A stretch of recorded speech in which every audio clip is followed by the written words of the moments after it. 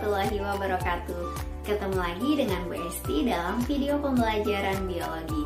Sebelum kita mulai belajar, kita berdoa dulu ya. Allahumma sholli ala sayyidina Muhammad wa ala ali sayyidina Muhammad. Rabbi zidni ilma warzuqni fahma. Amin ya rabbal alamin.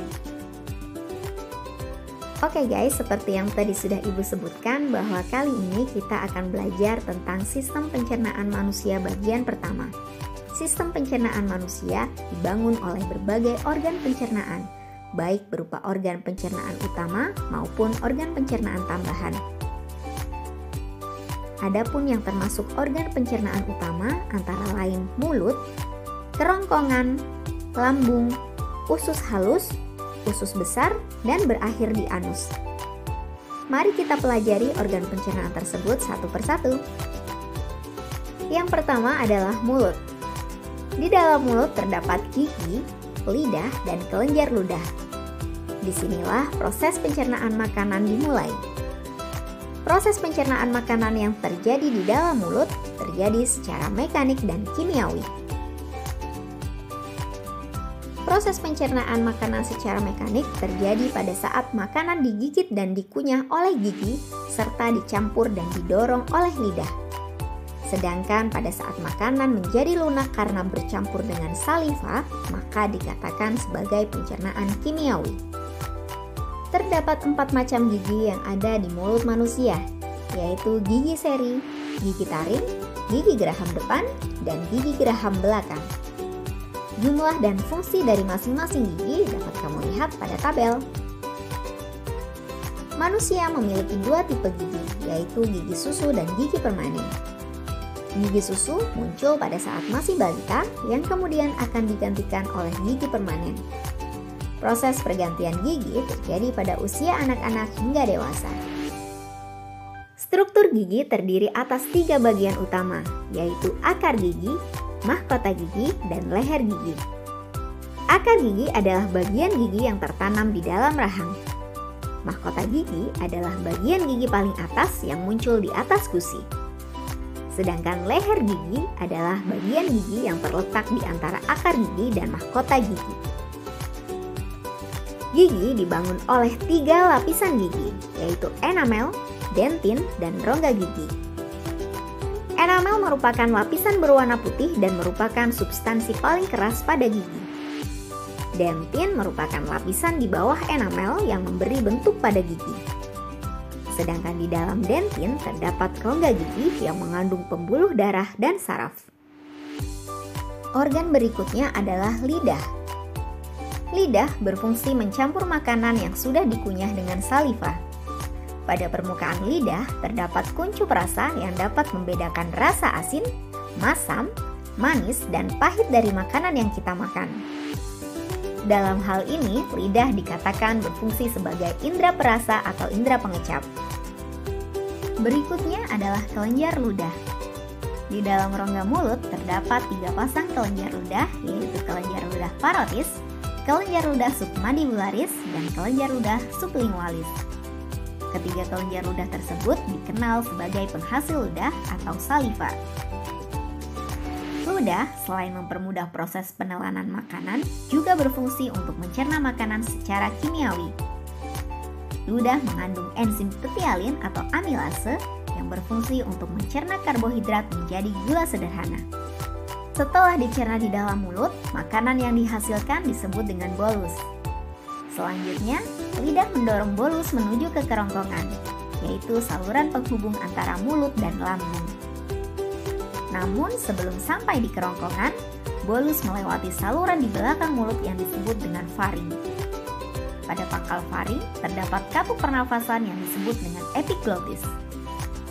Epiglottis berfungsi untuk menutup saluran pernafasan pada saat makanan lewat, sehingga makanan tersebut tidak masuk ke dalam saluran pernafasan. Selama perjalanannya menuju lambung, otot kerongkongan melakukan gerakan mendorong dan meremas terhadap makanan sehingga makanan menjadi semakin lunak. Gerakan mendorong dan meremas yang demikian disebut dengan gerakan peristaltik. Lambung merupakan kantong berotot yang terletak di dalam rongga perut bagian kiri. Lambung terdiri atas 3 bagian, yaitu kardiak, fundus, dan pilorus. Kamu dapat melihat pada gambar yang ada di layar. Di dalam lambung, makanan atau bolus dicerna secara mekanik dan kimiawi. Pencernaan makanan secara mekanik dilakukan oleh otot-otot lambung dengan cara berkontraksi untuk mengaduk-aduk bolus. Pencernaan secara kimiawi dilakukan dengan mencampur bolus dan getah lambung. Getah lambung mengandung asam klorida, enzim pepsin, dan enzim renin. Ketiganya memiliki fungsi yang berbeda loh. Asam klorida berfungsi untuk membunuh kuman yang masuk bersama makanan. Enzim pepsin berfungsi untuk memecah molekul protein menjadi pepton. Sedangkan enzim renin berfungsi untuk mengendapkan protein kasein yang terdapat di dalam susu. Pencernaan di dalam lambung akan mengubah bolus menjadi bahan semi padat yang kita sebut dengan kimus. Selanjutnya, kimus keluar dari lambung melalui otot sphincter pilorus menuju ke usus halus. Usus halus merupakan saluran pencernaan yang panjang dan bergelung. Usus halus terdiri atas 3 bagian utama, yaitu usus 12 jari atau duodenum dengan panjang sekitar 25 cm, dilanjutkan dengan usus kosong atau jejunum dengan panjang sekitar 7 meter, dan terakhir adalah usus penyerapan atau ileum dengan panjang sekitar 1 meter. Di dalam usus halus akan terjadi pencernaan secara kimiawi. Proses pencernaan secara kimiawi di dalam usus halus dibantu oleh getah empedu dan pankreas.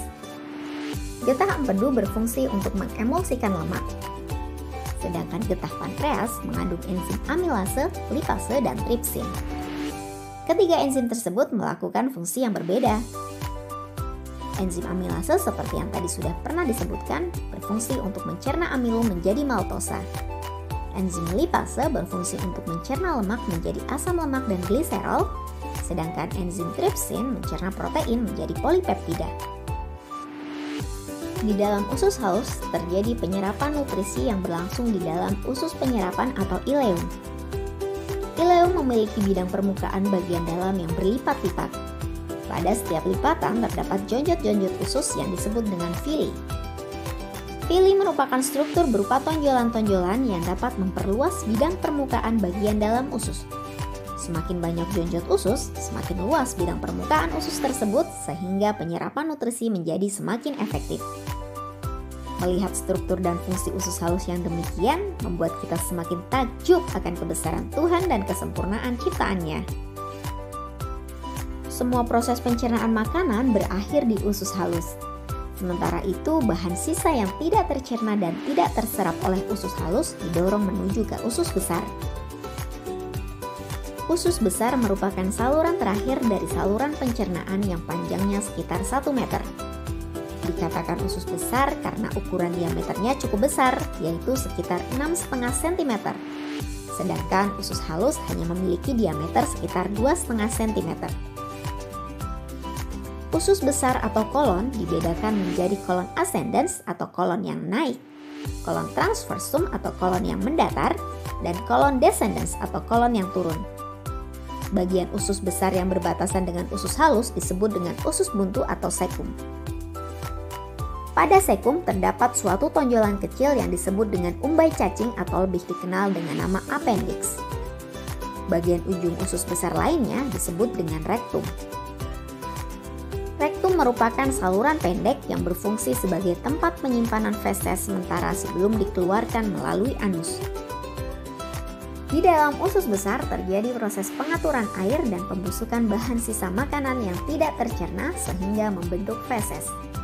Proses pembusukan tersebut dibantu oleh bakteri Escherichia coli. Bakteri Escherichia coli juga berperan dalam proses pembentukan vitamin K dan vitamin B kompleks. Selanjutnya, feses yang terbentuk didorong ke bagian rektum untuk dikeluarkan melalui anus. Nah, itu tadi penjelasan tentang sistem pencernaan manusia bagian pertama. Di video selanjutnya, kita akan membahas tentang kelenjar pencernaan dan kelainan yang ada pada sistem pencernaan kita. Terima kasih sudah menonton video ini. Jangan lupa lupa subscribe dan like video ini. Terima kasih. Assalamualaikum warahmatullahi wabarakatuh.